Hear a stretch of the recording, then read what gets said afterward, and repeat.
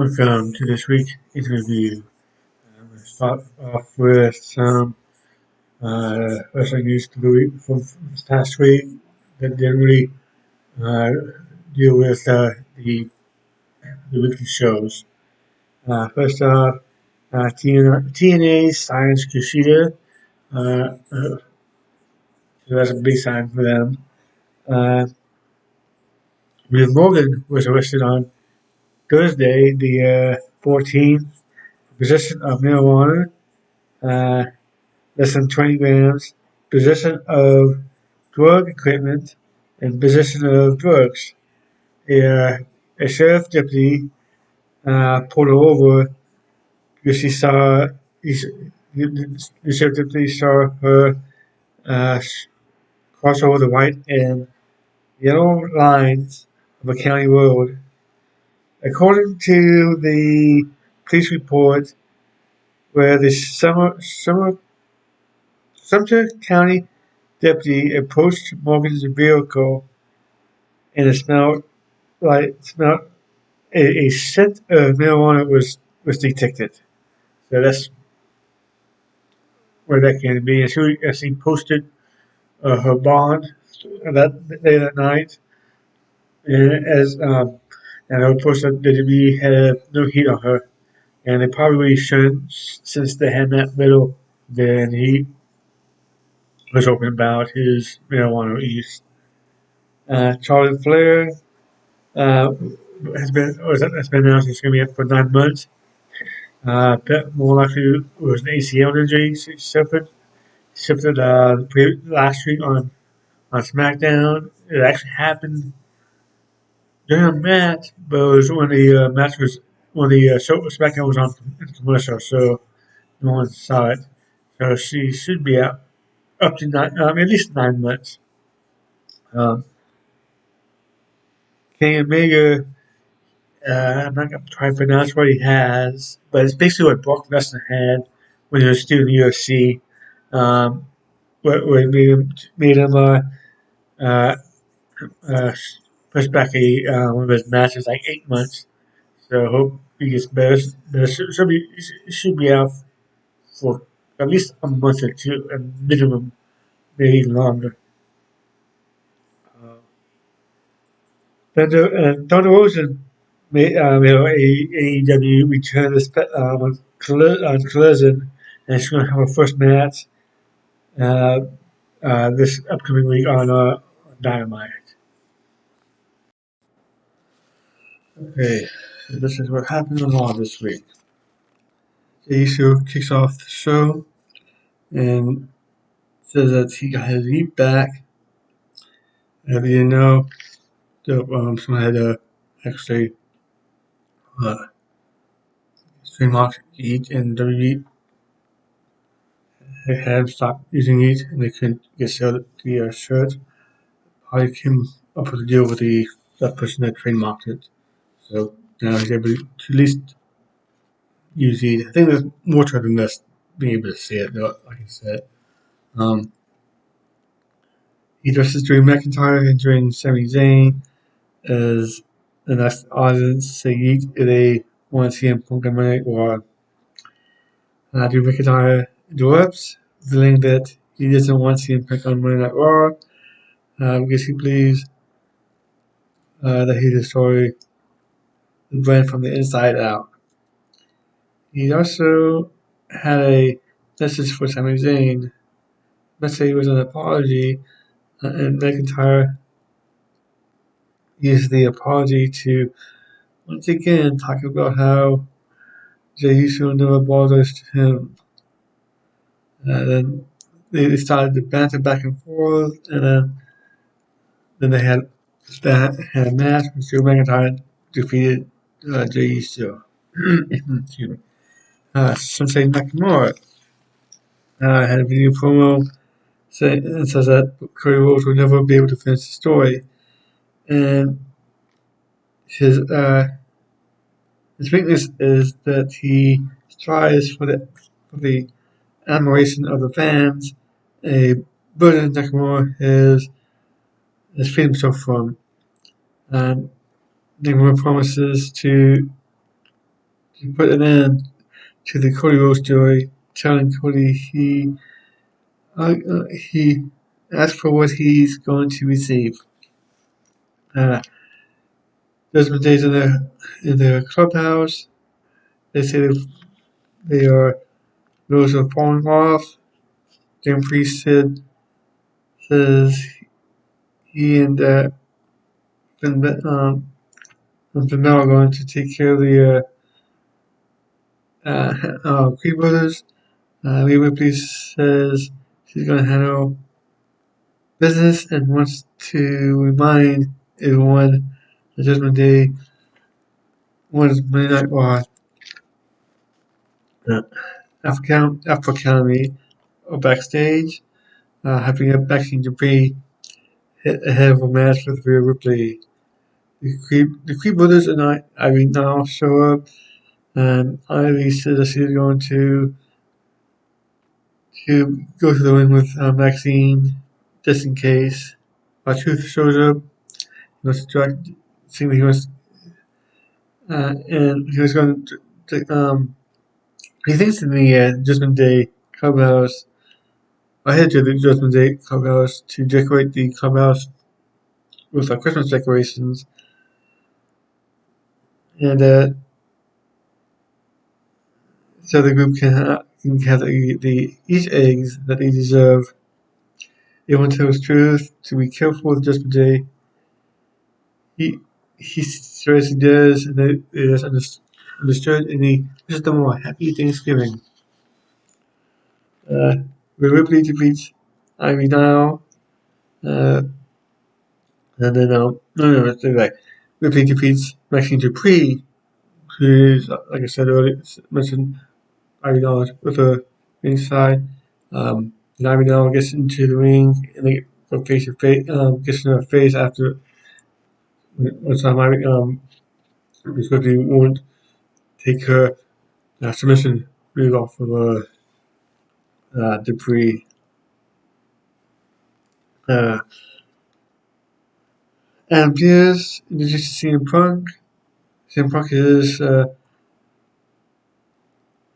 told a compelling story about the history of Cleveland Harry in that very same arena, which is it's called Logan Morgan's arena now. That or it was being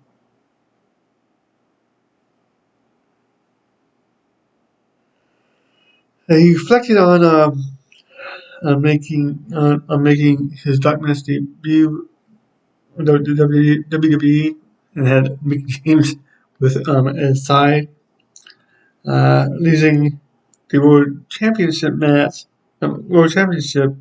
without competing at Unforgiven back in 2008, basically getting quote unquote knocked out.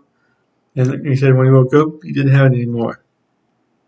Let's see. And then walking out of the company in 2014 in Cleveland. Actually, that part I didn't realize it was Cleveland here. He says that he's going to fight his thoughts, his ghost head on, and signs with Roar. Rollins comes out. Rollins tells Punk that no one in the back wants him, and W is not his home because he spent the last decade trashing the place.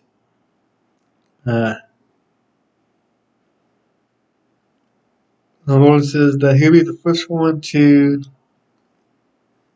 slam the door shut on CM Punk's legacy when he eventually self-destructs.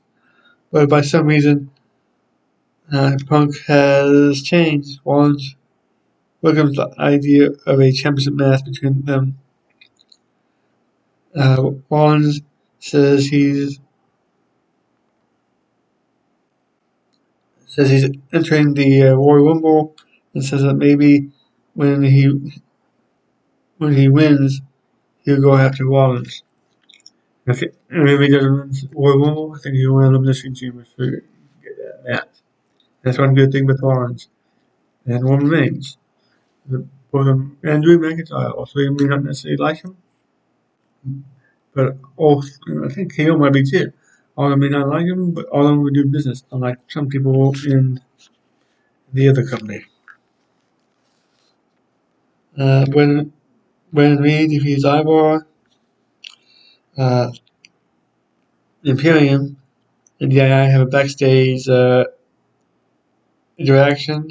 Gunther invites Johnny Gargano and Tommaso Campo to find a third partner to face Imperium, which I don't think they will. Uh, it is announced that next week Drew McIntyre will face Seth Rollins for the World Heavyweight Championship on day one um, of War, which will be January 1st. CM Punk is introduced backstage to Chad Gable and Ricochet, and to be introduced to Kofi Kingston, and references his Jamaican gimmick. CM Punk's he hadn't done it in a while. Hell, he hadn't been doing it when CM Punk walked out. He had stopped doing that. Um,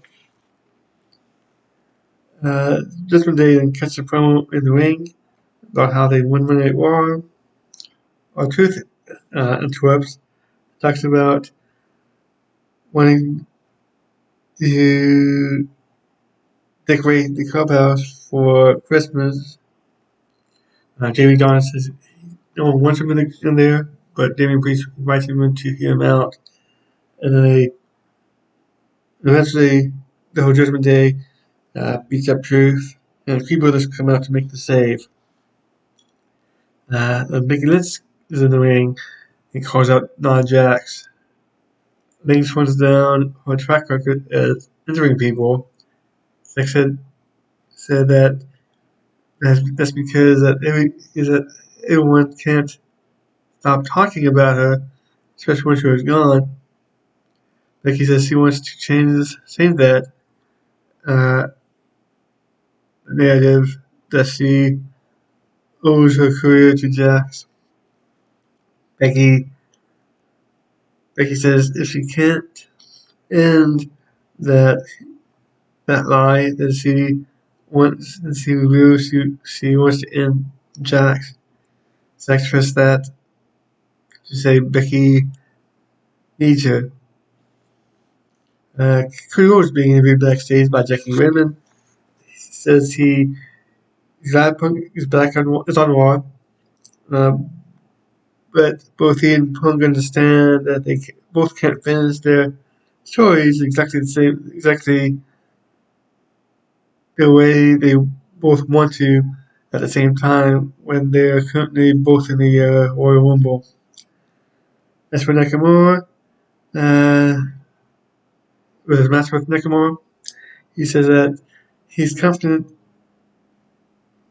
on what he asked for. DIY, the third part ends up being the Miz, and they go on to the defeat the Imperium. Backstage, the Miz demands a rematch for the Intercontinental Championship. With Gunther, Gunther accepts the Miz challenge with the caveat that if Miz loses, they will never be allowed to compete for the championship as long as Gunther is the champion, which Miz agrees to. Cody Rhodes uh, defeats Nakamura by disqualification. Uh, that's because Nakamura missed Cody Rhodes in the face again. So that causes a disqualification. And Nakamura continues to attack Rhodes after the match, and the Creed Brothers come out to make the save. Under NWA Power, actually, for once that they actually had some interesting movement on storyline stuff. Draper, Dex Draper and Mims are being interviewed about facing each other next week for the NWA World Television Championship. They both say they'll bring the best, but they'll still be friends. There's a NWA Junior Heavyweight Championship match. Kobe Corino retains over Joe Orseisho. That's how you pronounce his last name. The Southern Six cut a promo about facing the Yosemite Faithful next week. McDonough challenges EC3 to a death match for the NWA World Championship at Paranoia. For the NWA US Tag Team Championship, uh, the Brothers of Destruction defeat the Immortals, who are the champs, by disqualification. Because the tag team known as the Kids hit the ring and attacked the Clowns, resulting in the DQ. And then they show everyone fighting as the show goes off the air. NXT at the video package on the past weekend's deadline. There's a camera backstage showing Camilla Hayes being beaten up, being taken, and afterwards she took Williams and producers coming to check on him. Then Corday hits the ring. She says she's better off. Dylan was better off with her than being involved. She puts over the women's Iron Survivor Challenge participants, but no one was talking about them because she was the talk of the town on her return. Lyra Backery interrupts Jade and told Jade that there was nothing she could do about nothing to do about her. But Davenport interrupts, and then they feed in Davenport attack Backery, but the Hughes Lions comes to make the save. The NXT North American Championship champion Dragon Lee was being interviewed by KKK backstage. He wishes Wesley a speedy recovery from his injuries before announcing a open challenge for the North American Championship. Josh Briggs, Brooks Stinson, and Lennon Henley defeated Mr. Four, and which is comprised of Les Legend, No More, and Owen Minson. Kamala Hayes and Trick Limbs are backstage speaking about the injury, where he says that he's actually been cleared by the doctor. It says he did not know who attacked him, but he suspects he did and will call out the possible attacker by the end of the show. The participants of the men's breakout tournament were shown on the ramp but Lexus King attacks one of the participants, Tree Hill, Tree Hill. So the first of the NXT men's breakout tournament first round matches. Over Feeney defeat Miles Bourne. Now Valkyrie and Nikki Lyons spoke backstage and spoke about the match against Davenport and Jade. Then Lyra opened her locker, only to see a picture of her and Tatum Paisley with bamboozled her. Like I guess wasn't there prior. Actually, I think it was supposed to be a picture. It was actually a picture of Valkyrie and Becky Lynch when Valkyrie won the women's title, NXT title. Next is the NXT North American Championship match where they can when Reagan Lee retains his title over Tyler Bates. Uh, Brooke Simpson and Josh Briggs were speaking backstage before Bill Hensley joined. He said that she left because anytime she sees blonde, she sees red. Josh Briggs said that he wants to drink from the Heritage Cup. So he might be the next, guess the next competitor for an underdog. For that. Lex King's backstage bragging about his attack on Beatrice Hill, telling Ava that he aimed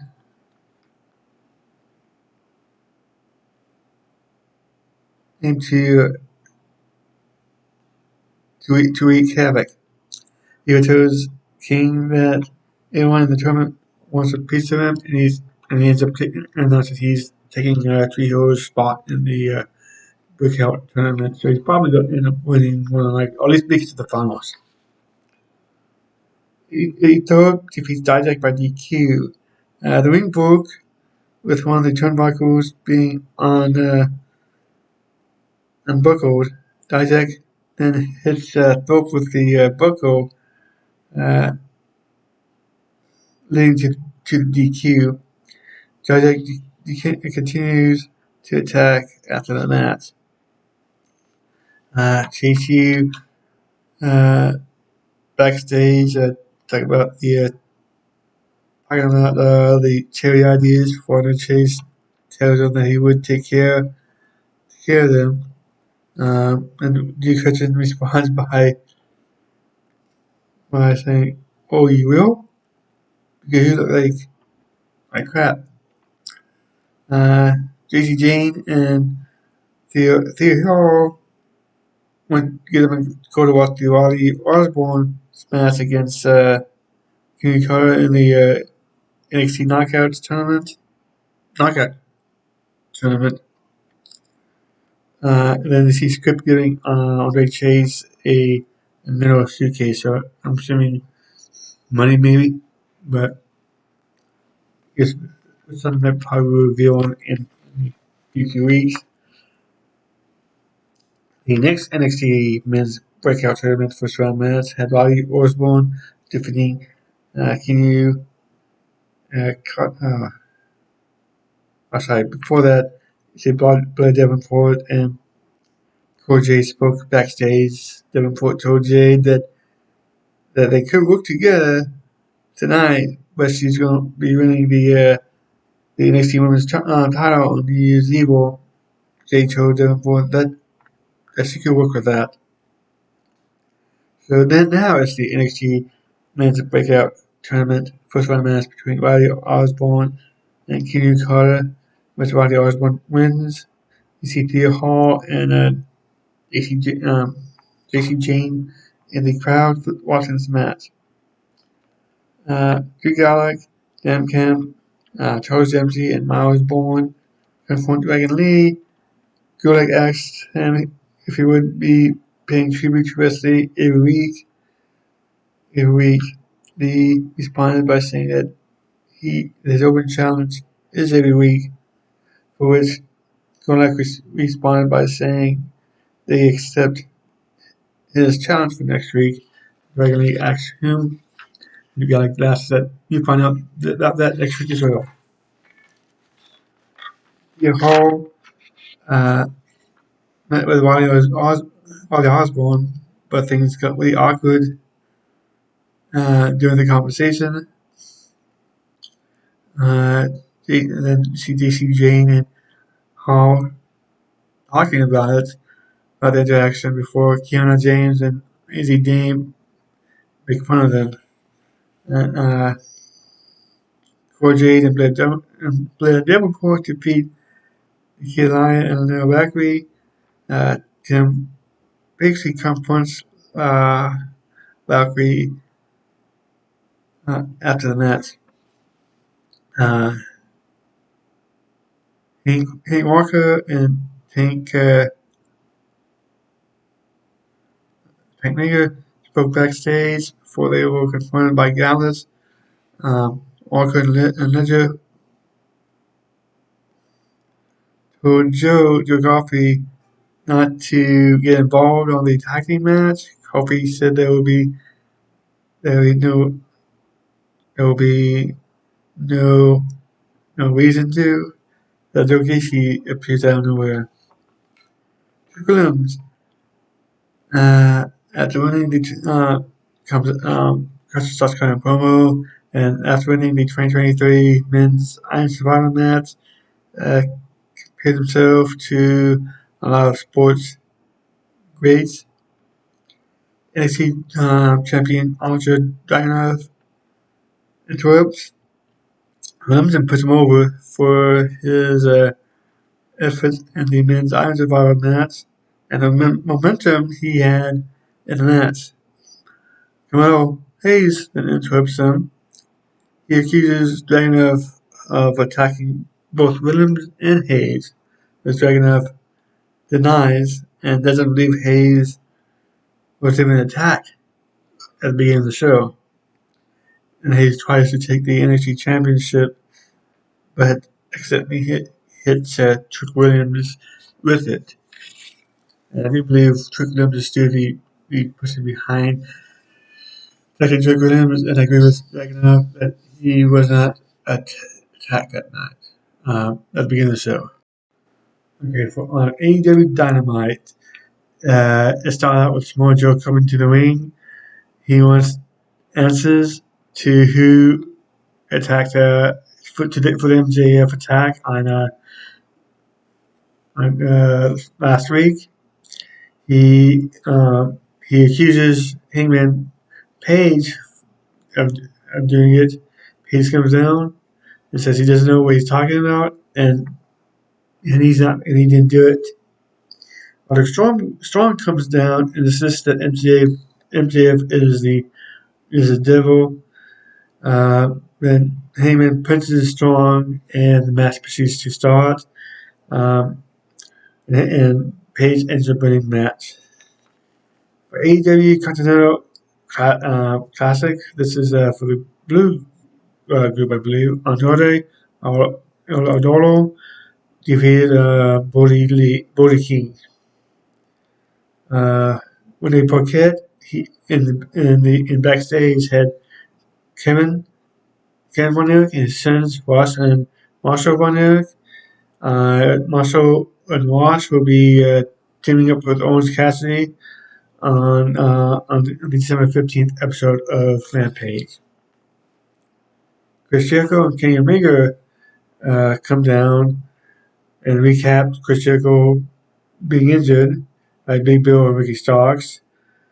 Then the tag team champs Ricky Starks and Bill interrupt them. They try to plant seeds of doubt in Omega's head, but Omega says he knows he can't trust Jericho. Omega then makes fun of Starks and Big Bill. Jericho tries to name the tag team champs, but none of the suggestions goes over with the crowd.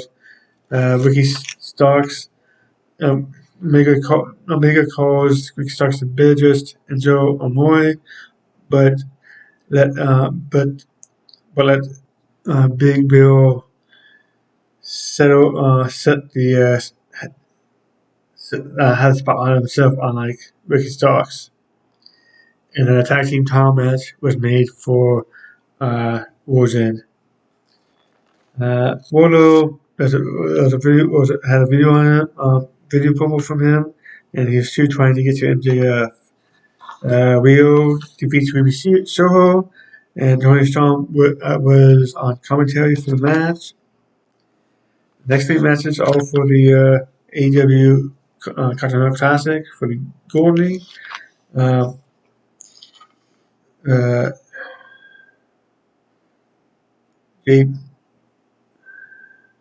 Roos defeated Jay Lethal.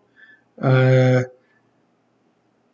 uh, Jay White defeated Mark Briscoe, and John Moxley defeated Swerve Strickland. So Moxley is the only one left now undefeated in this tournament. For Ring of Honor, there was a World Championship proving ground with Eddie Kingston, the world champ, defeats Evil Uno. There's a Ring of Honor Pure Championship proving ground with champ Wheeler Yuta defeating Jason Geiger. Dalton Castle and the Boys was a team of Brennan and Bart Tate defeated Iron Savages, which is Monson, Boulder, and Jack Jamison. Johnny TV watched the match from up on the apron. Castle demanded Johnny to join in the ring, but Johnny stayed on the outside. In 2011, Ring of Honor, the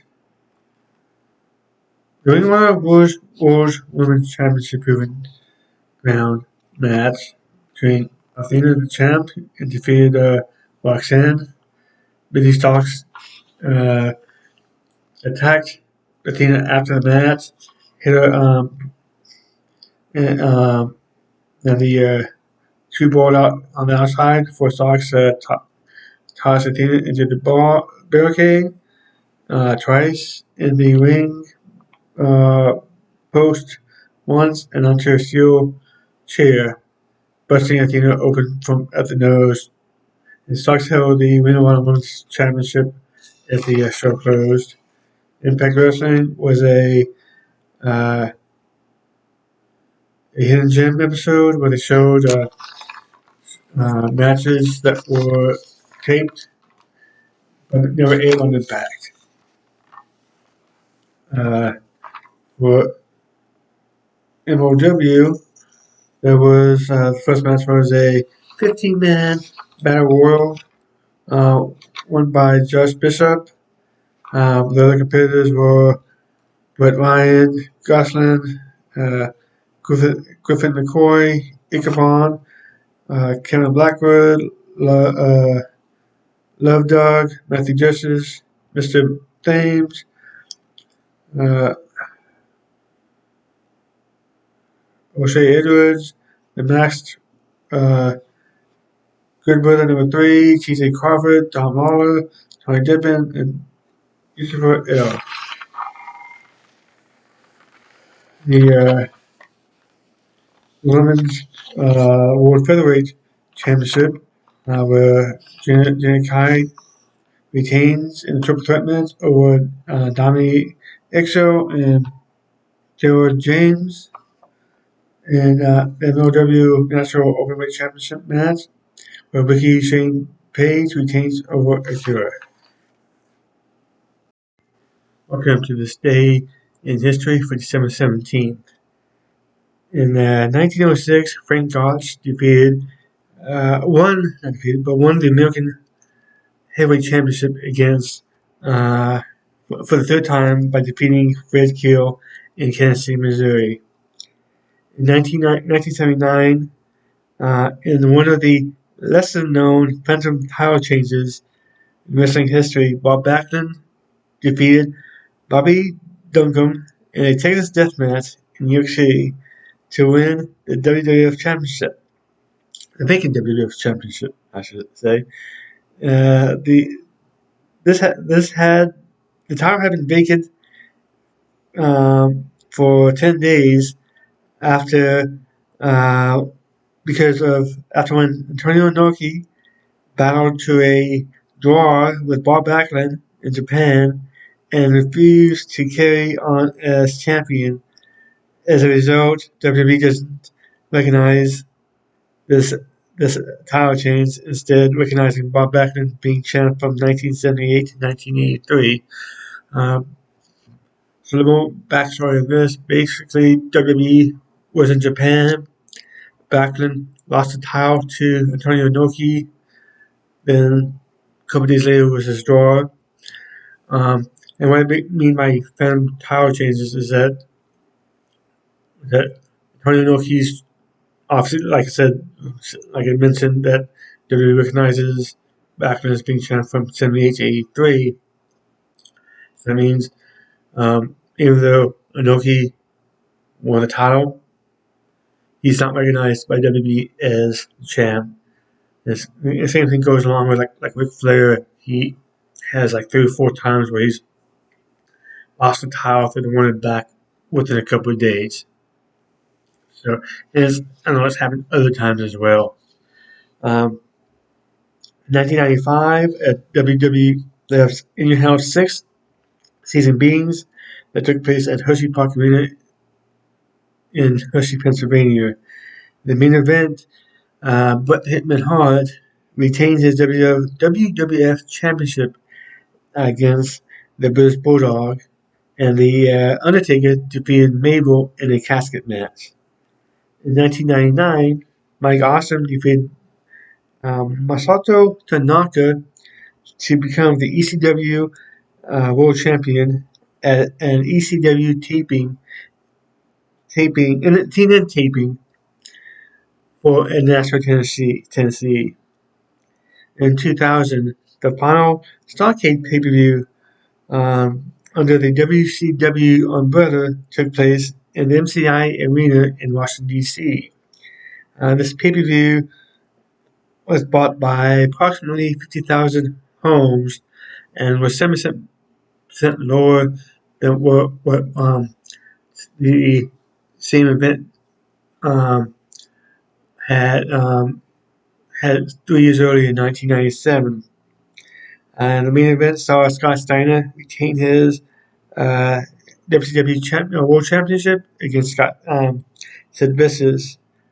In addition, the Insiders, which is the team of Kevin Nash and Diamond Dallas Page, or DDP, defeated the Perfect Team, which were Chuck Palumbo and Sean Stasiak, to win the WCW Tag Team Championships. And Terry Funk defeated Cobra to win the WCW Hardcore Championship. In 2005, Ring of Honor's Final Battle pay-per-view, which took place at the Unam Sports Complex in Edison, New Jersey. The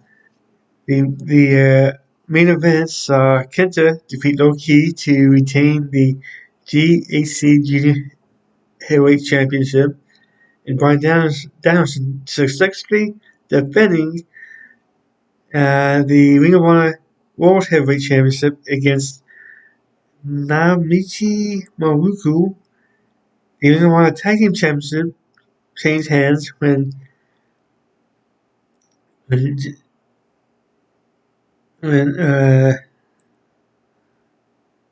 Generation Next, which is a team of Roderick Strong and Austin Aries, defeated Sal Raniero and Tony Mamaluke.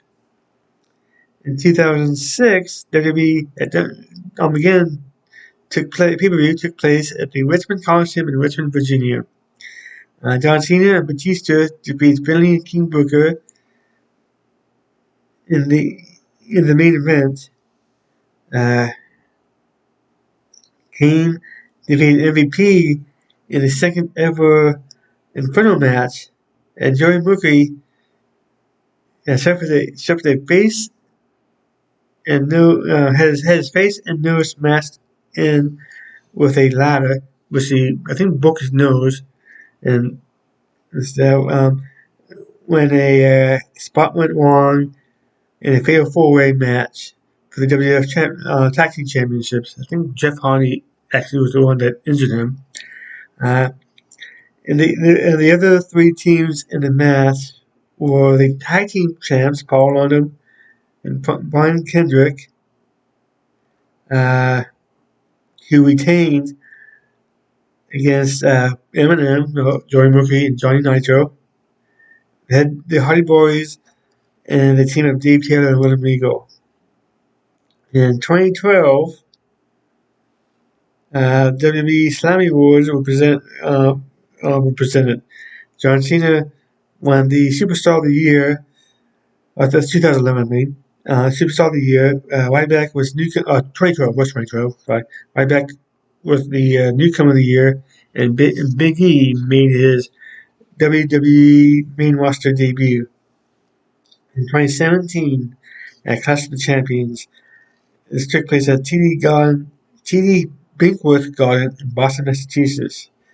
The main event saw AJ Styles retain the World Championship, WWE Championship, against Jinder Mahal. Dolph Ziggler won the Intercontinental Championship in a triple threat match against Bobby Roode. He was the defending champ, who was Baron Corbin. Notable birthdays is for the same Nick Dinsmore, better known as Eugene in WWE. He was born in 1975. Thank you for watching. Please like, subscribe, share, and have a good day. Okay, on Ring of Honor Final Battle, the first four matches are all in the 0 hour matches. Joe Valkyrie defeated Jasmine Azure. The Ring of Honor World Television Championship Survival of the fittest qualifier for the final spot in the match was Brian Keith defeated Jack Cathill. Daniel Garcia defeated Black Christian. This was an impromptu match created by Tony Khan from the match started. And actually, this was only 3 matches, not 4. Now to the main card. First match up was a triple. Before the first match, Eddie Kingston went up to Tony Khan and won a match on the pay per view. And then Anthony Henry came up and said he would face him for a. If Anthony Henry won the match, he would got a championship match. Championship match if he won. His first match of the pay per view, Triple A Mega Championship. Vikingo retained over Black Taurus. And I actually thought that Vikingo was going to lose it, but it probably more has to do with Triple A saying who they want him to. I guess he actually makes sense though, because I can think about now that he's been gaining a lot more popularity here in the States. We go on a 6-man tag team championship match. Mogul Embassy retained over TMDK. This was a match that was made earlier in the day. In the I Quit match, Ethan Page defeated Tony Nese. Mark Sterling tried to get involved, but he was taken out by the returning Scorpio Sky. So he was Ethan Page's partner. So I didn't realize he was ready to come back. So that makes sense. A good spot for him to come back at. Nyla Rose defeated Britt Vixen, I guess it is. The match was made earlier on the day on Saturday. We go on Friday. We go on a television championship. Survival of the Fittest 6-way.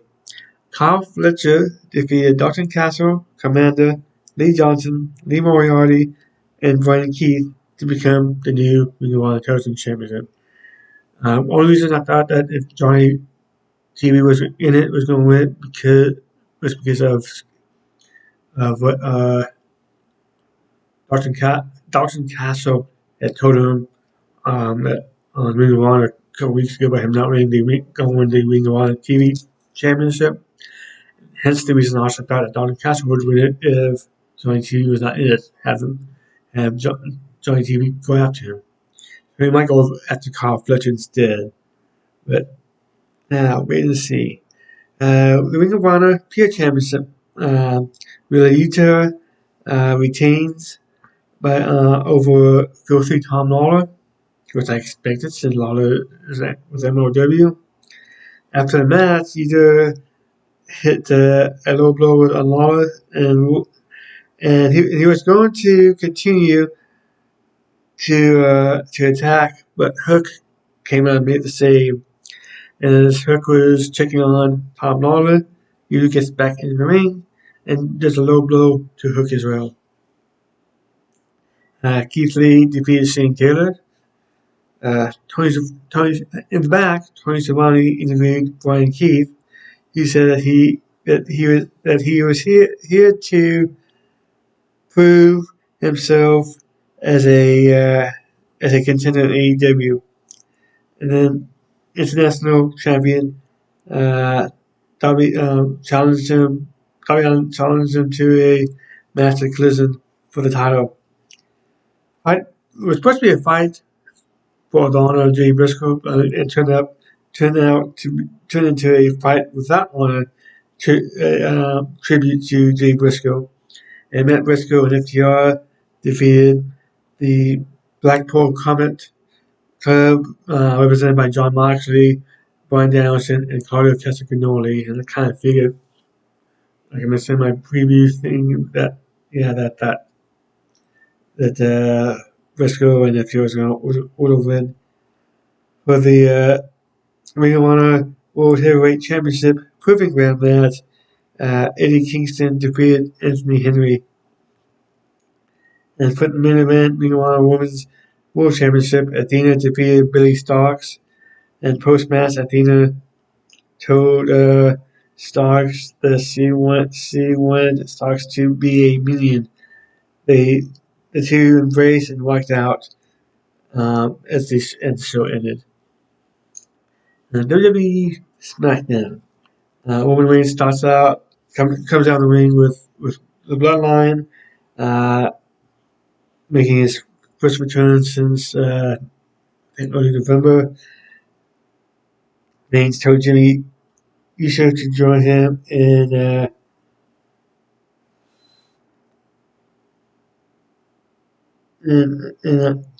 congratulating his brother Solo Sikoa for his promotion as the tribal heir. Then they were immediately interrupted by Randy Orton. Once he got into the ring, Orton challenged Reigns for a title shot, and Roman Reigns has been on Orton's mind for the last 18 months when he was out since they took him out. Reigns told him to get back to the back of the line. Orton put Roman Reigns over after being able to get to change him, become to a legend. But Orton said, yeah, but he is the legend killer. And Orton tried for RKO, but Roman Reigns was able to evade it. So the first of the two WWE United States Championship Contender Tournament first round matches had Camilla Hayes defeating Grayson Waller. In a night, with the Orton backstage, and when Orton asked Nia to back him up with the Bloodline, Nia said okay, but that was only one, but he was going to be the only one to take everything from Reigns. The second WWE United States Championship Contender Tournament first round match had Kevin Owens defeat Austin Theory. Roman Reigns ranted about Randy Orton in the back, getting out of the Bloodline business. Jimmy said that Sikoa could handle Orton, but Reigns said that he wanted Jimmy to go ahead and take care of Orton instead. And I do think that with the interactions that Jimmy's going to. No, maybe not, because they want Jimmy and Jay at WrestleMania, so that probably be after WrestleMania before he leaves the Bloodline.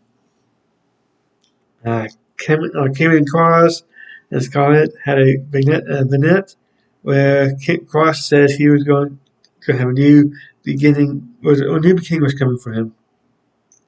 We see Cameron Grimes congratulating Kevin Owens backstage, and Kyle Braxton starts interviewing him, and Owens puts over Camilla Hayes, but he was interrupted by Hayes himself, and he says he only has one thing in mind, is to win this tournament. Damage Control had a vignette in the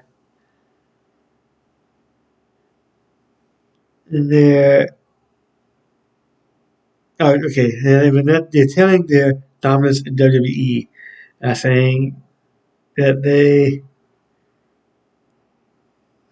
were going to the entire were going to raise the bar and change the WWE change the game. They proceeded to they promised they promised to take over everything in WWE, starting with the Kabuki Warriors winning the Women's Tag Team Championships and Bayley winning the 2024 Royal Rumble and defeating Rhea Ripley for the World Women's Championship. Cesar Escobar in the video promises to win the United States title tournament, and the title he gifted Logan Paul for him. Randy Orton defeats Jimmy Uso. Solo Dakota tries to get involved, but LA Knight stops him. After the match, Knight and Orton are attacked by the Bloodline, but he starts makes his WWE return and and takes out Roman Reigns. Orton, Styles, and Knight stand tall onto Styles lays out Knight with a lariat. The Bloodline and Orton look confused of what has happened. AEW Rampage. Orange Cassidy and the Von Erichs, Ross and Marshall Von Erich, Kevin Von Erich's sons. They defeated Angelo Parker, Matt Menard, and Jack Hager. After the match, Parker, Mansoor, and Hager attacked Von Erich and Cassidy, but Kevin Von Erich made the save and made Jack Hager pass out with the Iron Claw. Saraya confronts Ruby Soho after losing her match in Dynamite, but Soho told her that if it was that easy for her to try it herself and to try and do it herself. For the AEW Collision, the starts off with the Continental Classic between Claudio Castagnoli defeats uh, Andrade Del Adoro, and Bannon defeats Jasmine Allure. After the match, Julio Hart comes in and attacks her. And Sky Blue gets in the ring. Everyone's thinking she's going to help Bannon, except she ends up also attacking her. And Tenosa, who's been doing was on Spanish commentary, comes in and makes a save for her. So this is the first time she's been in the ring in an AEW ring since October of 2022. Top Flight, who's Dante and Darius Martin, and Alexandre challenges the Acclaimed to a trios title match, which Anthony Bowens accepts, but not for Collision. It's going to be on Dynamite in San Antonio, so that's upcoming Wednesday. Orange Cassidy defeats Brian Keith. And after the match, Tony Schiavone mentions that it was it was the third anniversary of Woody Lee's passing. Roderick Strong challenges Commander to a match on Dynamite. Excuse me. FTR cuts a promo on House of Black. FTR says that the House of Black is jealous of them, FTR, and jealous of Julie Hart's recent success. Then House of Black responds, and we see Kai Black burning a picture of Jack's family. Um, there's a street Texas street fight with Widow Nightingale and Chris Statler defeating Mercedes Martinez and Diamante. Renee Paquette interviews Tony Storm, and Renee asked excuse me, Storm, who would she rather face, Saraya or Ruby Riott, and she didn't really, Storm didn't really care. Renee, who was with them, asked Tony Storm if she would get commentary on her match. Tony Storm says she's too busy. Uh, Copeland challenges Christian Cage to a no DQ match at World's End. I suppose it's going to be for the TNT Championship match. Brian Cage defeats Kerry Wright, and then backstage, Brian Cage cuts a promo with Prince Nana and the Kings of Agony, Gates of Agony, my bad. Uh, and they are directed by Keith Lee. He gives a message to to Brian Cage to give to Swerve Strickland, and he said, "You can tell him that my patience is growing thin and time is running out."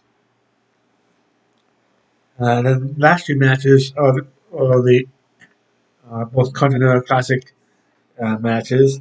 Kingston defeats Daniel Garcia, and Brian Danielson defeats Brody King. Thank you for watching. Please like, share, subscribe, and have a good day.